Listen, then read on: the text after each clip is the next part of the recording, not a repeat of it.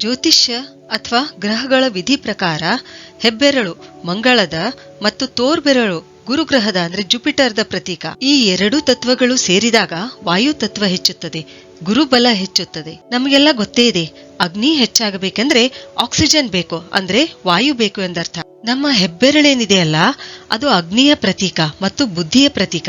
ಈ ಅಗ್ನಿ ತತ್ವದ ಹೆಬ್ಬೆರಳಿನ ತುದಿಗೆ ವಾಯು ತತ್ವದ ತೋರ್ಬೆರಳಿನ ತುದಿ ಜೋಡಿಸಿದಾಗ ಜ್ಞಾನ ಮುದ್ರೆ ಆಗುತ್ತದೆ. ಇದರಿಂದ ನಮ್ಮ ಬುದ್ಧಿಶಕ್ತಿ ಹೆಚ್ಚುತ್ತದೆ.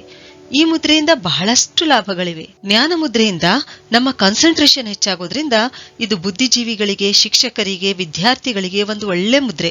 ಆದ್ರಿಂದಲೇ ಈ ಮುದ್ರೆಯನ್ನು ಸರಸ್ವತಿ ಮುದ್ರೆ ಅಂತ ಕೂಡ ಹೇಳ್ತಾರೆ. ಇಲ್ಲಿ ಏನಾಗುತ್ತೆ ಅಂತಂದ್ರೆ, ಹೆಬ್ಬೆರಳಿನ ತುದಿಯಲ್ಲಿ ಮಸ್ತಿಷ್ಕದ ಮಜ್ಜೆ, ಪಿಟ್ಯೂಟರಿ, ಪೀನಿಯಲ್ ಗ್ರಂಥಿಗಳ ಕೇಂದ್ರ ಬಿಂದುಗಳು ಇರುವುದರಿಂದ ಜ್ಞಾನ ಮುದ್ರೆಯಲ್ಲಿ ಇವುಗಳ ಮೇಲೆ ಒತ್ತಡ ಬೀಳುತ್ತದೆ, ಅಕ್ಯುಪ್ರೆಷರ್ ಕೊಟ್ಟ ಹಾಗೆ ಆಗುತ್ತೆ. ಆದ್ರಿಂದಲೇ ಮಸ್ತಿಷ್ಕದ ಕಾರ್ಯಗಳಾದ ಚಿಂತನೆ, ಅಧ್ಯಯನಶೀಲತೆ, ಏಕಾಗ್ರತೆ, ಸ್ಮರಣ ಶಕ್ತಿ ಇವೆಲ್ಲ ಏನಂತಂದ್ರೆ ಹೆಚ್ಚುತ್ತವೆ. ಈ ಮುದ್ರೆ ಮಾಡೋದ್ರಿಂದ ಅಗ್ನಿ ಮತ್ತು ವಾಯು ತತ್ವಗಳು ಪರಸ್ಪರ ಸಂಯೋಜನೆ ಹೊಂದಿ ಮನಸ್ಸು ಸ್ಥಿರವಾಗುತ್ತದೆ, ವಿಚಾರಗಳು ಸಾತ್ವಿಕವಾಗುತ್ತವೆ.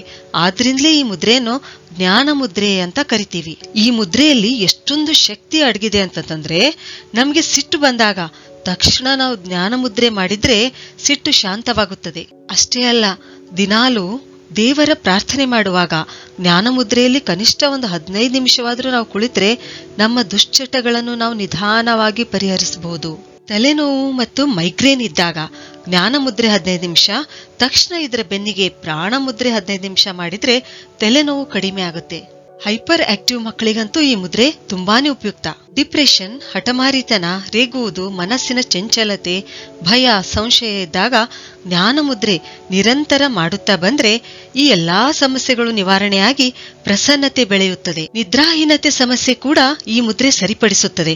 ರಾತ್ರಿ ಮಲಗುವ ಮುನ್ನ ಅರ್ಧ ತಾಸು ಈ ಮುದ್ರೆ ಮಾಡಿದ್ರೆ ಸುಖ ನಿದ್ರೆಗೆ ಜಾರುತ್ತೇವೆ. ರಕ್ತದೊತ್ತಡ, ತೊದಲುವಿಕೆ, ಕಣ್ಣಿನ ತೊಂದರೆಗಳು ಈ ಎಲ್ಲಾ ಸಮಸ್ಯೆಗಳಿಗೆ ಜ್ಞಾನ ಮುದ್ರೆ ಮಾಡೋದ್ರಿಂದ ಸೂಕ್ತ ಪರಿಹಾರ ಸಿಗುತ್ತದೆ. ನರಗಳ ಬಾವು, ಬೆನ್ನು ಹುರಿ ರೋಗ, ಹೃದಯದ ಬಡಿತದಲ್ಲಿ ಮಾಂದ್ಯ ಇಂತಹ ಸಮಸ್ಯೆಗಳಿದ್ದಾಗ ಈ ಮುದ್ರೆಯನ್ನು 45 ನಿಮಿಷ ಪ್ರತಿನಿತ್ಯ ತಪ್ಪದೆ ಮಾಡಿದಾಗ ಖಂಡಿತ ಸುಧಾರಣೆ ಕಂಡುಬರುತ್ತದೆ.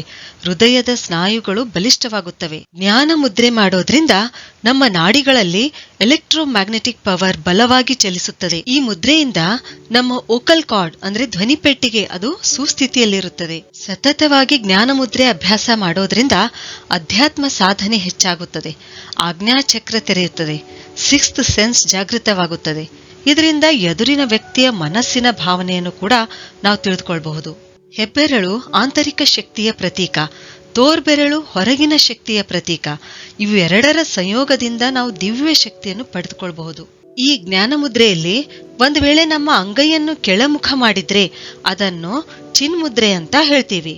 ಸರಿ, ಹಾಗಾದ್ರೆ ಮುಂದಿನ ವಿಡಿಯೋದಲ್ಲಿ ಮತ್ತೊಂದು ಉಪಯುಕ್ತವಾದ ಮಾಹಿತಿಯೊಂದಿಗೆ ಭೇಟಿಯಾಗೋಣ. ಧನ್ಯವಾದಗಳು.